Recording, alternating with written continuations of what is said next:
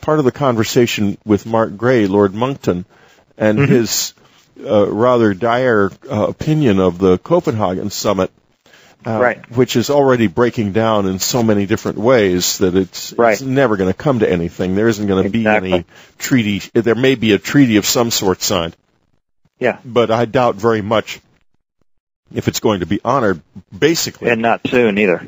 Not soon. No. The truth of the matter is that we're going to leave Copenhagen, and we are going to continue to do to this planet what we've been doing to it before. Copenhagen isn't going to make one shred of difference.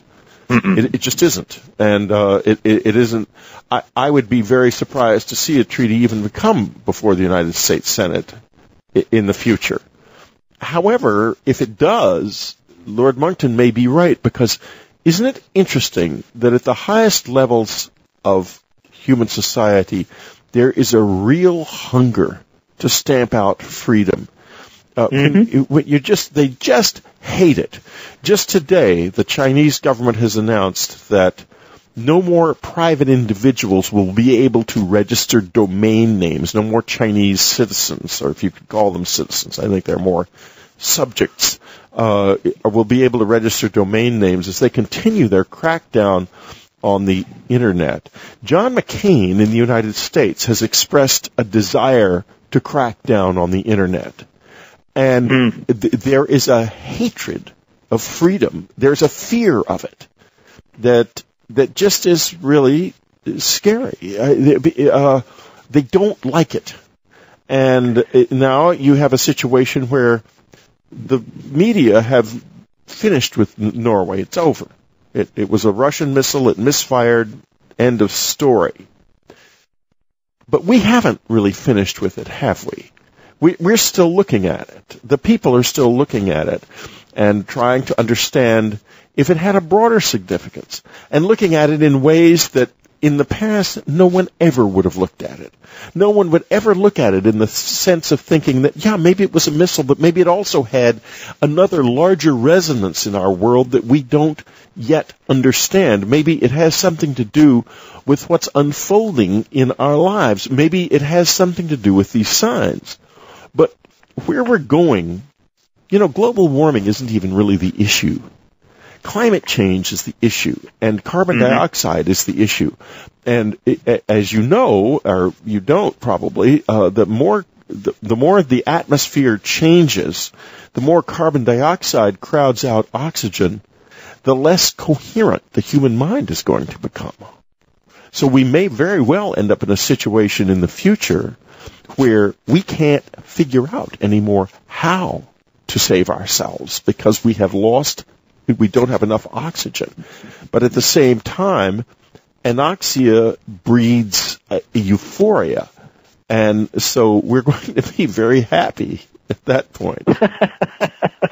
Well, it is very interesting the way all of this is playing out, and that is something I was talking about with Mark Gray, and you pinpointed as well, is that we're being asked right now, it seems, to read the hypertext, to read between the lines, to come to conclusions for our own self as well, and to sharpen our skills, because I personally am convinced we're going to see more and more of this, whether or not it's HAARP related, whether or not it is some other technology, including a missile or other things that are being involved. Everything about this event, in a way, tells me it was a surprise. The timing, the location, and even perhaps the response. But I think that we're going to be asked to interpret incredible events in the days to come, and that this is ultimately a very, very valuable test case for us, just to see how we can sharpen our minds, and especially in light of what you're describing. And I've heard similar things to that before, and that certainly is one of the great fears. And that's being expressed now. And is it the TV show Flash Forward that talks about that, where people have that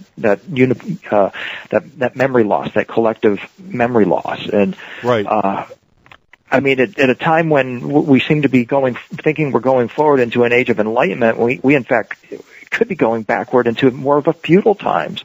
And in fact, not to pick on the Obama administration, but I've read articles recently about what they describe as their Big Brother plan, where the Office of Personnel and Management would be given enormous control in the healthcare domain, and being able to tell us about what we're able to get, and ultimately this Office of Personnel Management views us not as citizens or constituents, but rather as civil servants. And that rings of exactly what you're describing happening in China, where the people aren't viewed as individuals, they're viewed as servants of the state.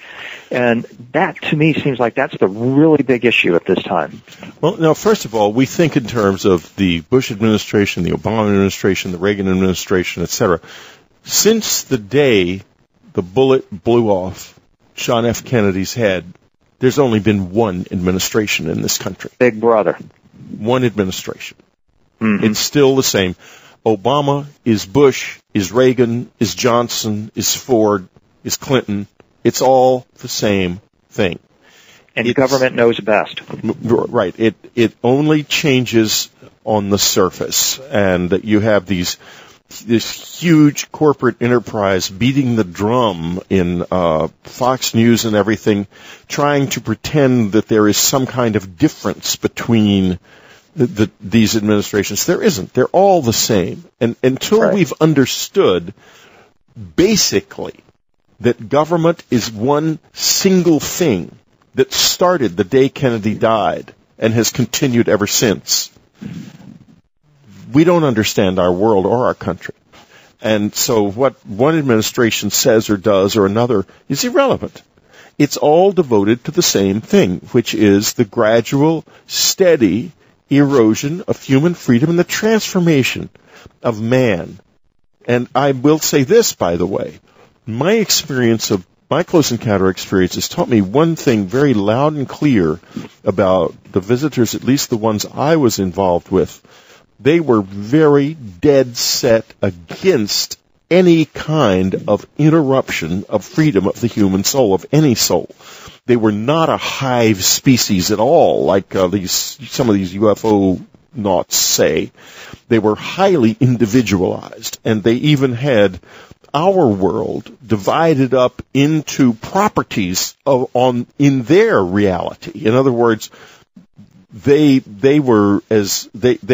looked upon this world as a place where certain families could do certain things in certain areas, and it was all very, very oriented toward freedom, and they have done everything they could to try to help us advance in organically in the brain that they could without interrupting our freedom. That's why they hide, because